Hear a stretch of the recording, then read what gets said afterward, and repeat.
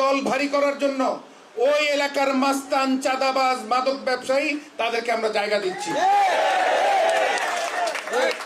এবং আমাদের সুবিধার জন্য, আমাদের ব্যক্তি সুবিধার জন্য আমরা দলের ঐক্য নষ্ট করছি এবং আমাদের নিজের স্বার্থের জন্য দলের বৃহত্তর স্বার্থকে আমরা কোরবানি দিয়ে দিচ্ছি।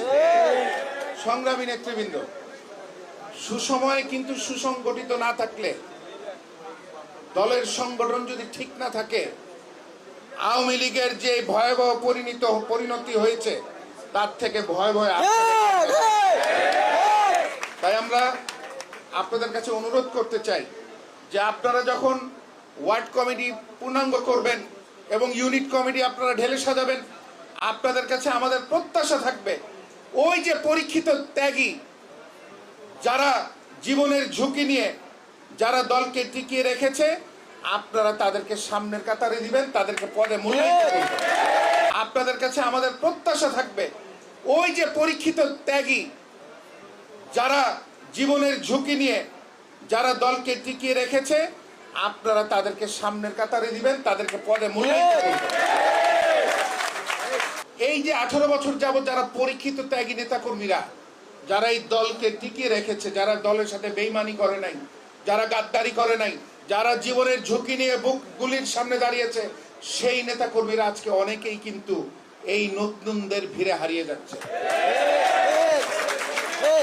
আমাদের পূর্বে যারা ছিলেন, যারা মহানগরের দায়িত্ব ছিলেন, আমাদের মরহুম বীর মুক্তিযোদ্ধা জনাব সাদেক হোসেন খোকা, দায়িত্বে ছিলেন এক সময় মীর শওকত আলী, দায়িত্বে ছিলেন আমার বাবা সালাউদ্দিন আহমেদ, তাদের মতো নেতারা পূর্বে যে ইমানদার নেতা কর্মীদেরকে যারা বীজ বপন করে গিয়েছিলেন, তারা কিন্তু এই 18 বছর পরীক্ষা দিয়েছে। তাই আজকে তাদের মতো আমাদেরও ইমানের পরীক্ষা দিতে হবে, পরীক্ষিত নেতা কর্মীদেরকে দলের সঠিক জায়গায় দায়িত্ব দিতে হবে। তাহলে আগামী দিনে যে কোনো বিপদ আসবে, দলের এই বিপদকে মোকাবেলা করবে আমাদের সে দলের জেনুইন, দলের পরীক্ষিত ত্যাগী নেতা কর্মীরা।